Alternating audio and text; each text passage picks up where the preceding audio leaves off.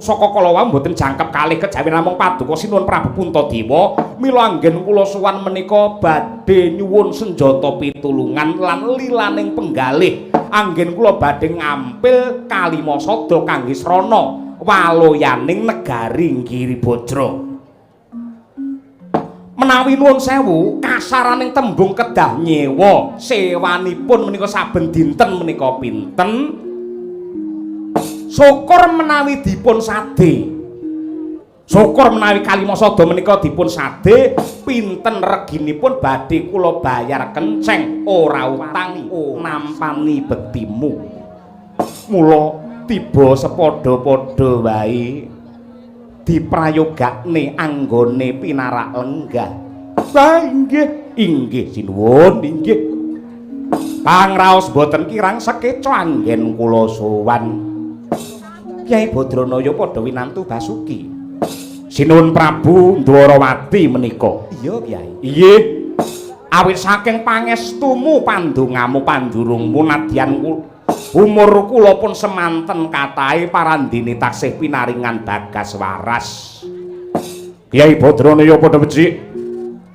Sinuwun Prabu Mandura menika. Iya. Inggih. Tansah sinampuran kamulyan lan kabagyan sinuwun. Wah, dipol padha becik.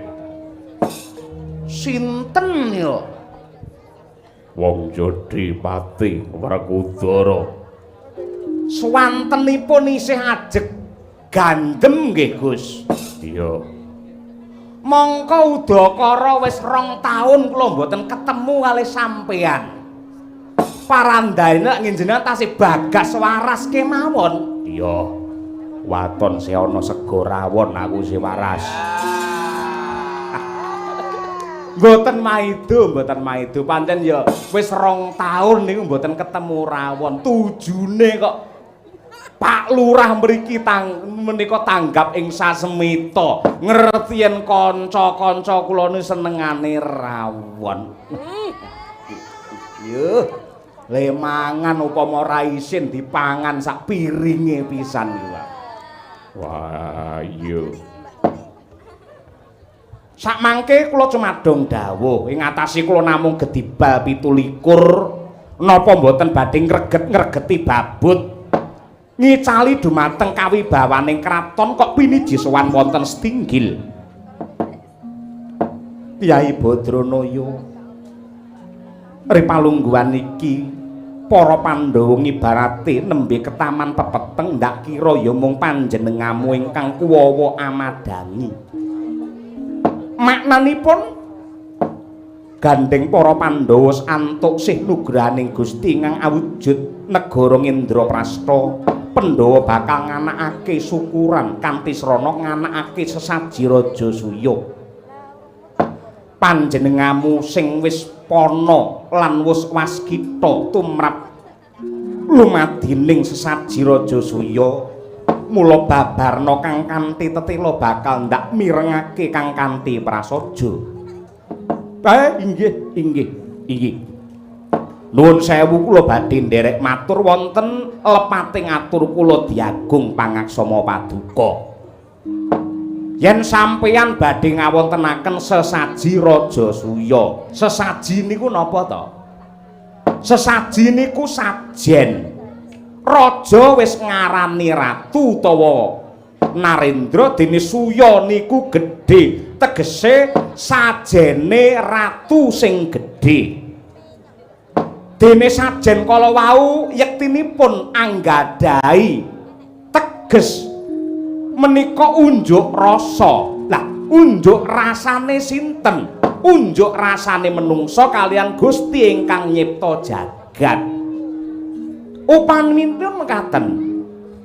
Gandeng Gusti menika sampun paring kanugrahan kanikmatan wujud sandang tedhi. Upaminipun pala gumandul, pala kesimpar, pala wija, pala kapendhem lan sak piturutipun. Lah carane menungsa syukur kalian Gusti dedaharan kala wau dipun kempalaken dados sajen kanthi pangucap utawi pandonga, duh Gusti kula ngaturaken panuwun awit peparing kanikmatan paduka mugi saged murakapi tumraping tur nuwun sewu menawi ndika badhe ngawontenaken sesaji Raja Suya adat utawi budaya sesaji menika kula nderek remen kula nderek nyengkuyung kula nderek mangayu bagya. Nuwun sewu mboten kok umuk, mboten kok kula sombong. Kula teng Karang Kadempel niki ya dadi lurah. Kula niki ya dadi pamong ing atase desa kula kemawon pendak taun mesti ngawontenaken syukuran desa sing kaprahe diarani bersih desa.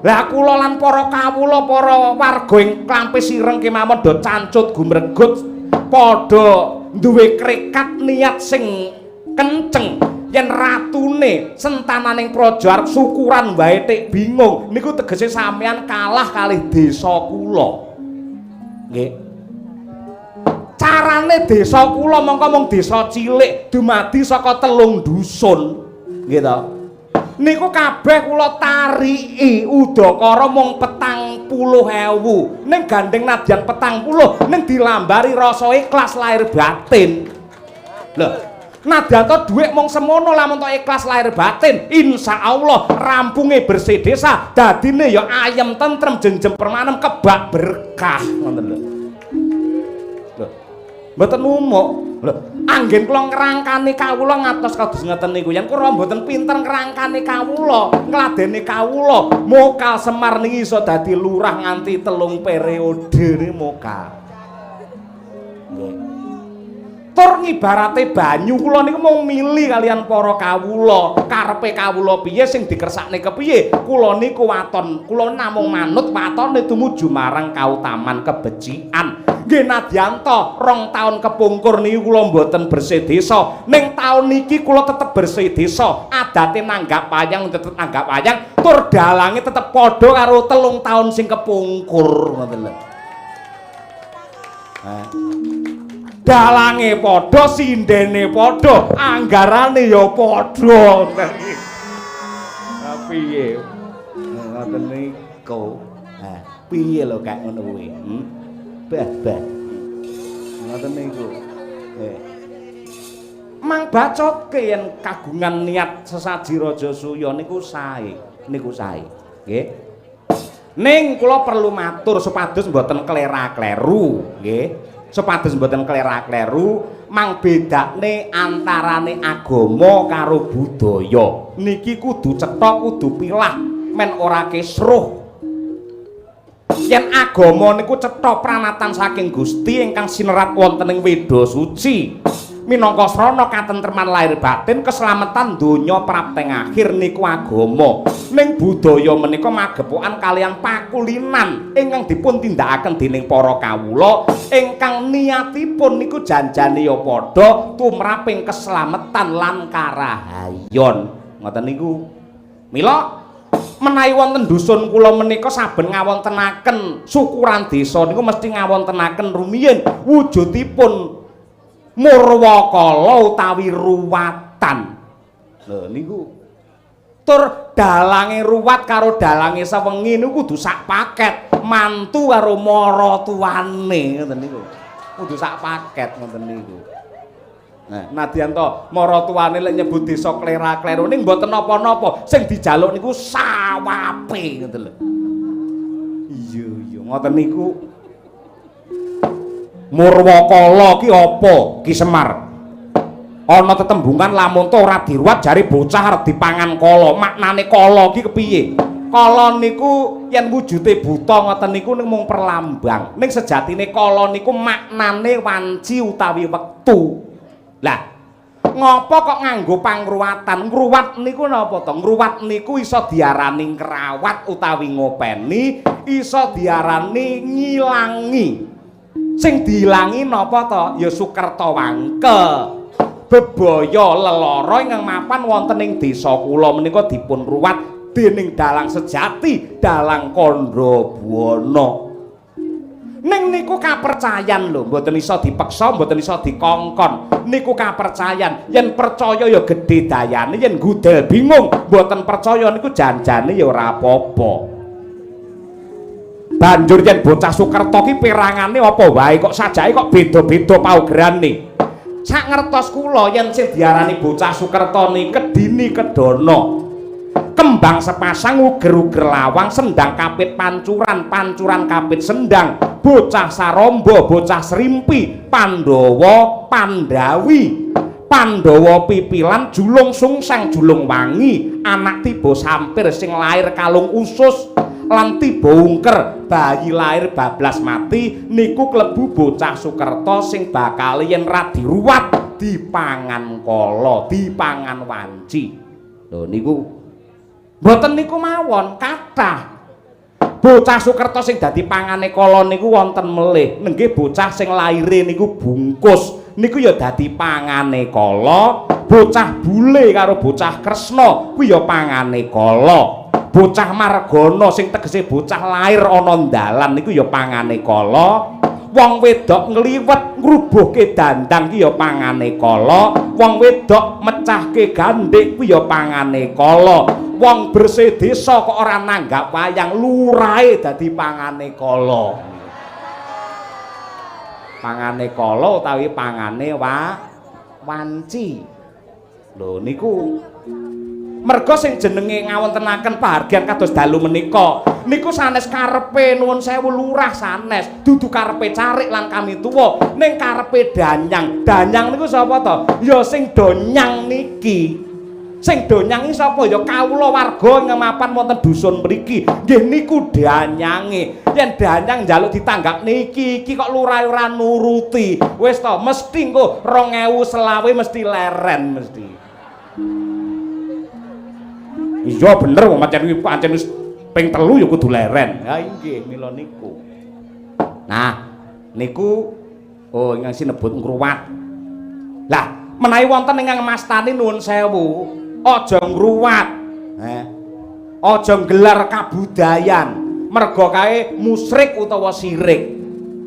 Lah, menawi piyayi wonten ingkang ngarani ngoten niku kudu dijlentrehke dhisik maknane sirik ki kepiye musyrik niku piye nggih merga sing diarani musyrik kalian sirik niku mboten mapan wonten ing tumindak lan pirantinipun nggih musyrik lan sirik niku mboten mapan wonten ing tumindak lan pirantinipun ning mapanipun wonten niat utawi pikirane wong sing nglakoni.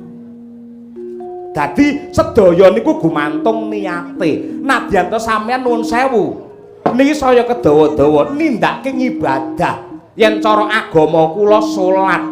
Yen niate salat kagem sujud kalian Gusti ingkang nyipta jagat niku dadi ganjaran sing gedhe. Yen salat merga ben entuk pangalembana karo maratuwa niku salate renek apa-apane. Merga ling ibadah ora kanggo pangeran ning kanggo maratuwane. Sami kalian tiang tindak tanah suci ngibadah haji nika.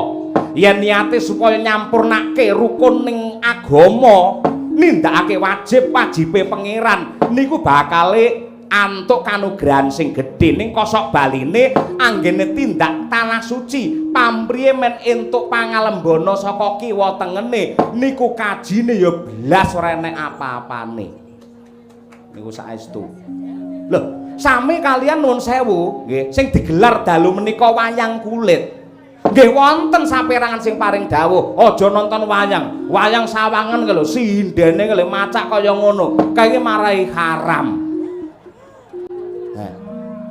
Lho. Kok iso kaya ngono kuwi haram iki piye wong niku ki vitamin kok haram. Lho ngoten niku lho sing perlu dirembuk ngoten niku. Lho kados sing sampun kula aturaken ing ngajeng. Dosa utawa ora haram lan boten niku gumantung niate. Upamane wong mirsani wayang yen niate nggatekke lakon, nggatekke crita, nggatekke wejangan, niku mboten wonten harame mergo sing diucapke dalang niku nggih amar makruf nahin mungkar. Ajak-ajak tumuju marang kebencian, nyegah marang tumindak sing ala. Yen ngoten niku pundi dosane? Mapan wonten pundi harame wong gatekke cerita kok. Nggih. Paton niate gatekke lakon, gatekne cerita, gatekke piwulang niku mboten wonten dosane, mboten wonten harame. Sing marai haram niku wong ndelok wayang ning niate kleru, ora gatekke cerita ning butuhe mentel. Napa yen dibarengi rasa syukur? Ya Gusti, Pangeran kang Maha Agung, paduka nyiptakaken dumateng makhluk ingkang wujud menungso. Wujudipun ingkang endah ayu kados mekaten, ngrengga endahing swasana ing ratri menika. Yen dibarengi rasa syukur ngoten niku mboten wonten harame, mboten wonten dosane. Nek yen nyawang sinden pikirane wis elek, atine wis reget. Beh, sinden semene ki antik ayu kabeh. Upama sing pinggir dalange tak soglengno piye? Lah.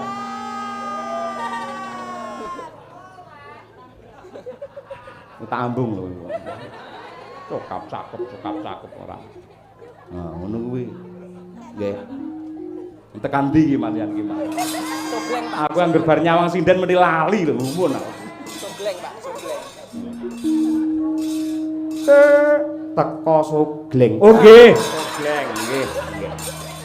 Mang tutukne syarate sesaji Raja Suya niku yen mboten klentu wonten 3 nggih. Ingkang sepisan disekseni Brahmana Kyai sing cacahe 7, sing gentur tapane, mateng semedine, meleng pangestine niku 1. Syarat ingkang angka 2 nenggih dipun sengkuyung dipun sekseni Ratu 100 negara. Dene syarat ingkang angka 3 nenggih sesaji kurban, tegesipun nyirnakaken angkara murka ratu ingkang hambek nista kangge jangkep tumbal sesaji Raja Suya.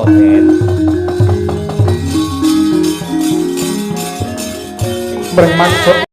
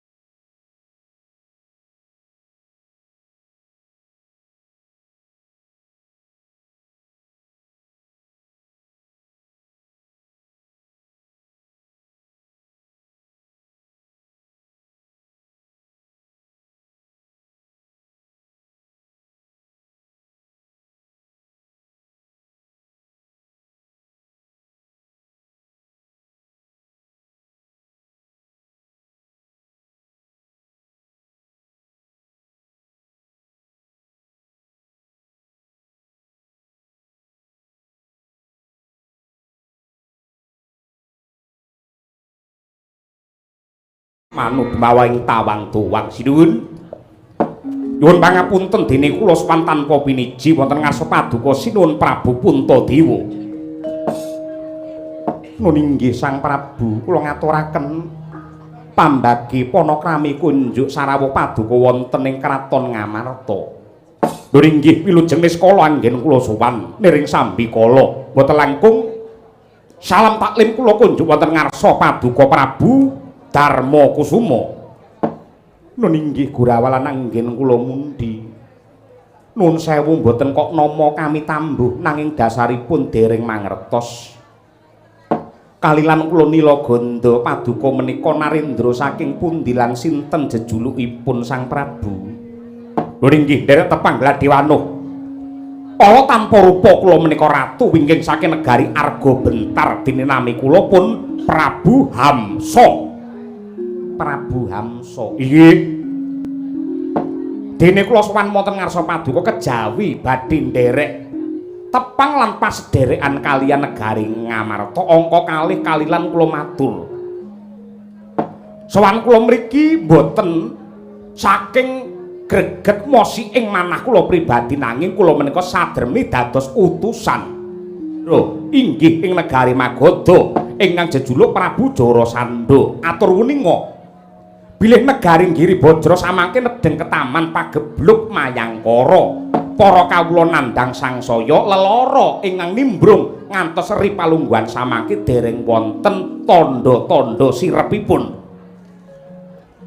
manut wecaning Bathara negari Giribajra badhe pulih kadiwingi uni walaya jati temah mulya menawi saged amundi sarta ambayongi ingkang sinebat pustaka jimat jamus Kalimasada gandeng lumaing jagat kureping langit ingkang kagungan pusaka kala mboten jangkep kalih kejawi namung paduka sinuwun Prabu Puntadewa mila anggen kula sowan menika badhe nyuwun senjata pitulungan lan lilaning penggalih anggen kula badhe ngampil Kalimasada kangge srana waloyaning negari Giribajra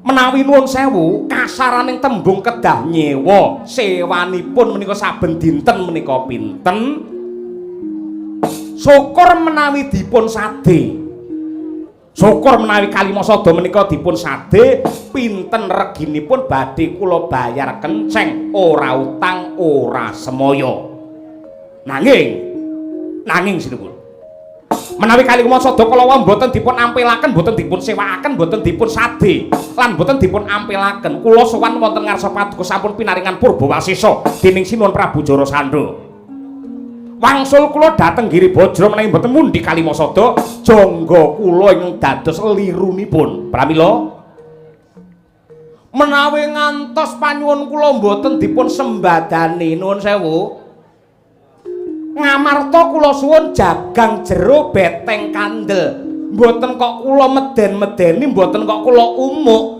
ora nganti kenthong subuh negari sampeyan saged rata padha bumi Perkudara semangkahang grus-grus sesumbar lindo ketar bumi kunjing maludo kuntur ketuk umop wonten menapa Raden kangilih utawa nuku anane Kalimasada inggih leres lajeng kados pundi kowe ngerti yo Kalimasada kuwi sing gawa dudu Puntadewa kakang lit sagamane pisan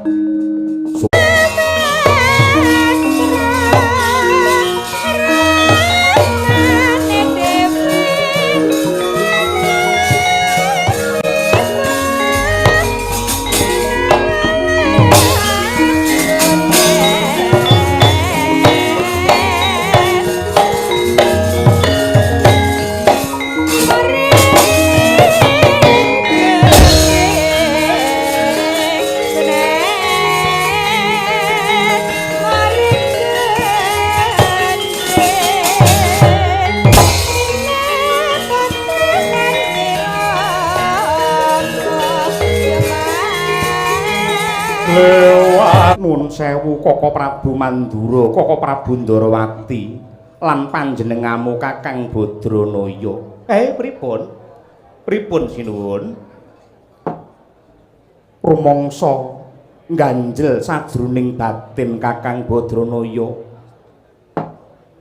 Menawa syarat sesaji ingkang sepisanan sineksen Brahmana pitu supaya ngucapake kidung suci mantra rahayu. Panjenengan ingsun condong syarat angka 2 sineksenan Narendra ingkang cacahe 100 ingsun rumaja nanging bab sesaji kurban nyernakake Ratu Angkara murka kuwi sing ora cocok karo batinku merga apa Kakang Semar wis dadi wateke Puntadewa aku moh ngrasake kamulyan lan kawibawan kanikmatan kanthi srana ancik-ancik bangkene wong liya aku moh mateni karo padha-padaning urip nah ngeten bab menika ugi perlu kula aturaken nggih kula pitados gegayuhan suci sesaji Raja Suya niku ampun nganti mangkate dibarengi karo rasa serik lan nafsu ingkang ngombro-ombro ning kudu dibarengi karo rasa asih marang pepadaning urip.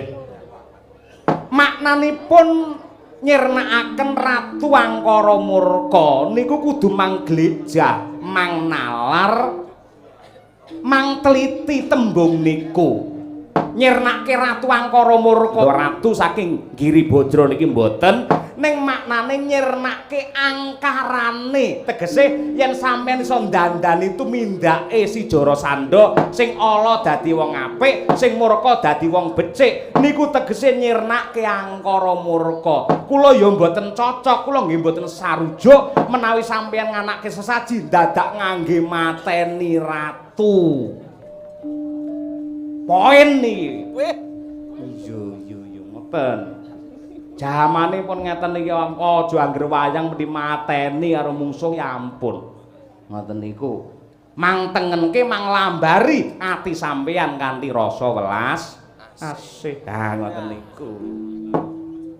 Yen ngono aku condong banget Kakang Semar. Wah, apik temenanan. Dadi ora kena mateni sapa-sapa. Mboten saged. Klebu si Hamsa niki mampun nganti dipejahi ning dielekke syukur yen kena wadene ora kena ya wis gugur kewajibane sing bak wis elek-elek. Ngoten niku ya yen ngono aku tetep bakal gondeli dawuh Kakang Badranaya supaya sesaji sing dikayoki bisa anjuk marang tulusing tekad lan suci ning budi. Nggih Koko Prabu Mandura, Koko Prabu Ndarawati lan panjenenganmu Kakang Badranaya sakwutuwing sesaji ndak aturake marang Kakang Badranaya tuwin paduka Koko Prabu Sarimbit sampun ngantos negakaken dumateng para Pandhawa anggenipun anggadhahi gegayuhan menika gandeng sampun purna ingkang rinumpaka Werkudara apa bab Prabu Hamsa iki mengko sakwutuwe kawicaksanan ndak pasrahake marang Siadi. Ora liwat ngestokake dawuh Koko Prabu Ndarawati, Koko Prabu Mandura monggo kula dherekaken manjing wonten ing sasana Andrawina Kembul Bujana kaliyan ingkang rayi Puntadewa.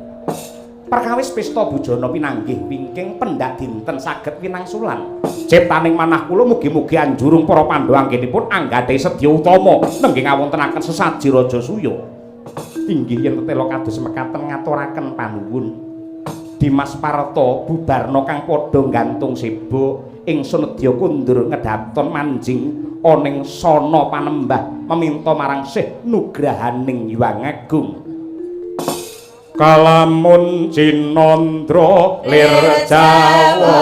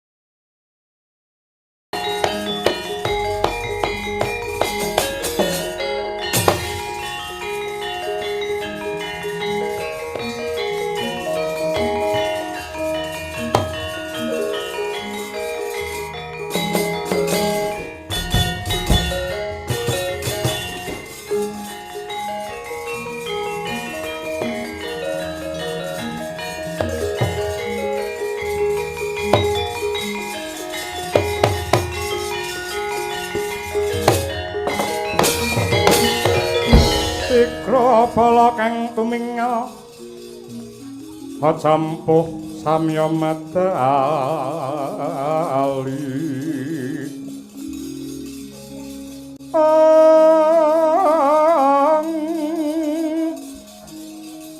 ler tatet wilateng kata dahyang kong manguncang niti bencang sangat cimijo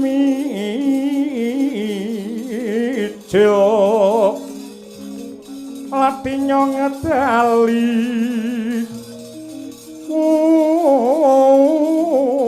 wos terus to Surawi loko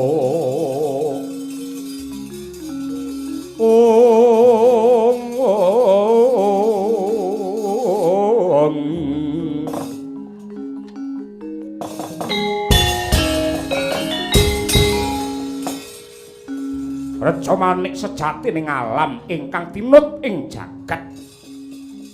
Togok kawula nuwun wonten timbalan ingkang adhawuh sinuwun Prabu Hamsa. Bilung siap Bose. Anggonku ngendhahake dawuh pangandikane sinuwun Prabu Jarasandha. Supaya nindakake sandhi upaya reka daya rekayasa reka-reka bakal ngampil anane Kalimasada kanggo srana ringkih para Pandhawa yen Pandhawa wis ringkih mung kari ngrubuhake Ngamarta kari sak gebyaring tatik bakale klakon bakale kasembadan kok lho nalaripun kados pundi napa Kalimasada sakmangke sampun wonten asta paduka sinuwun durung. Lah ngoten kok badhe klakon niku nalare pripun? Babar pisan aku ra ndugamana lamun ta sing gawa wujude jimat Jamus Kalimasada kuwi Prabu Puntadewa. Tutu. Lho, sinten? Panenggak Pandhawa Satriya Jodipati Werkudara. Lho. Kok wis pindah ya, Kang? Mongko adate iki sing asta sing mundi mesti ya Ratu Ngamarta pambayune para Pandhawa si Puntadewa. Lah kok saiki ning Werkudara. Ah mula kudu digenahke dhisik. Nalare pripun? Monggo kula aturi paring dawuh. Aku wis sapejagong kawan Raden Werkudara. Dheweke paring dawuh. Lamun to pancen Kalimasada ki bakale didol. Nah, ketemu kelawan aku tegese wis gathuk, wis cocok. Badhe dipun sade. Iya, Kalimasada niku. Wah, elok yen ngoten. Lajeng aku supaya ngenteni ana tapawates Kutagara Ngamarta.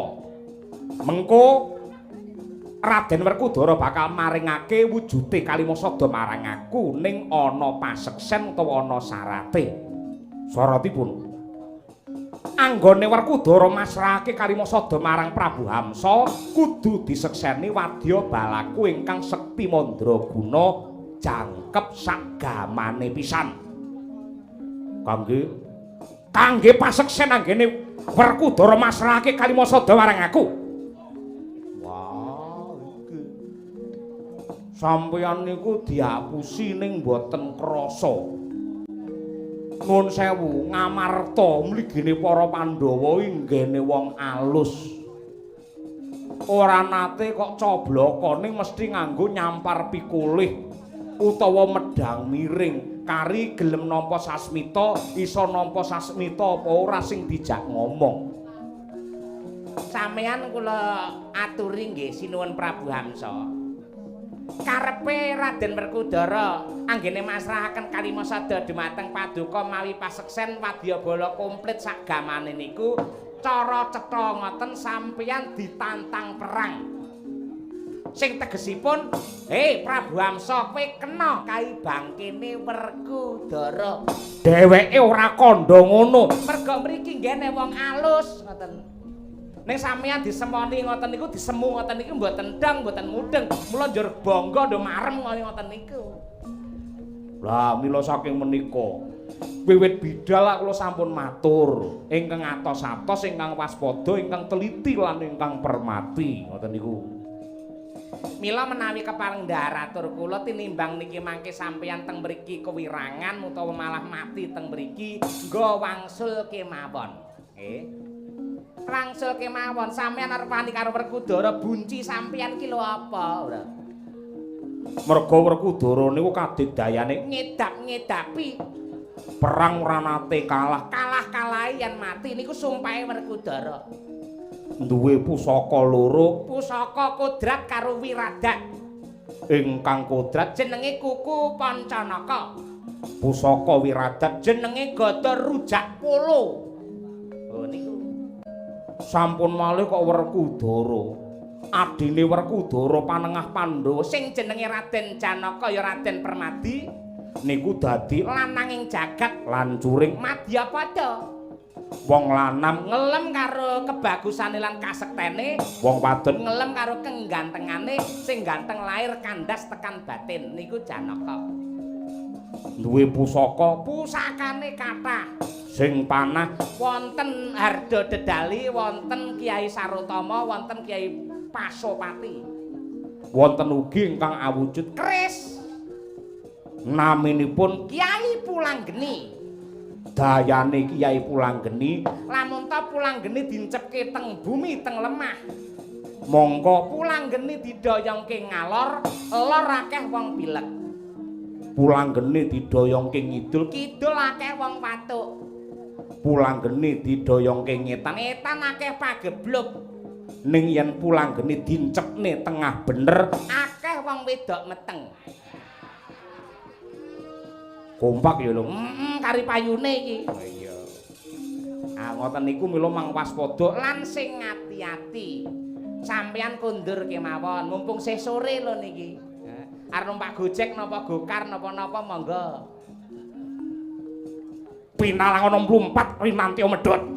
Nadyan kaya ngapa lan kuwi entengke patiku yen aku ora bisa mboyong anane jimat jamus Kalimasada. Yen ngoten sampeyan wani kalih Werkudara. Wani ya mung banget. Yen pancen wani karo Werkudara mangke kerjasama kalih Mbilung. Kerjasama piye? Sampeyan mang perang kalih Werkudara, kula tak tata-tata gawe bandosa ngingusung mayit sampeyan. Wambune ora ndongake apik malah lomprongke sing ora kula dongake sampeyan peteng dalane ora caturan karo tikus mbilung cukup wonten dawuh aturana adikku ya kuwi Yayi Prabu Dimbaka lan Prawadyabala nadyan to wancine barat riris kabeh kudu siyaga ing diri sawega ing gati yen dadi rame gebok negara Ngamarta.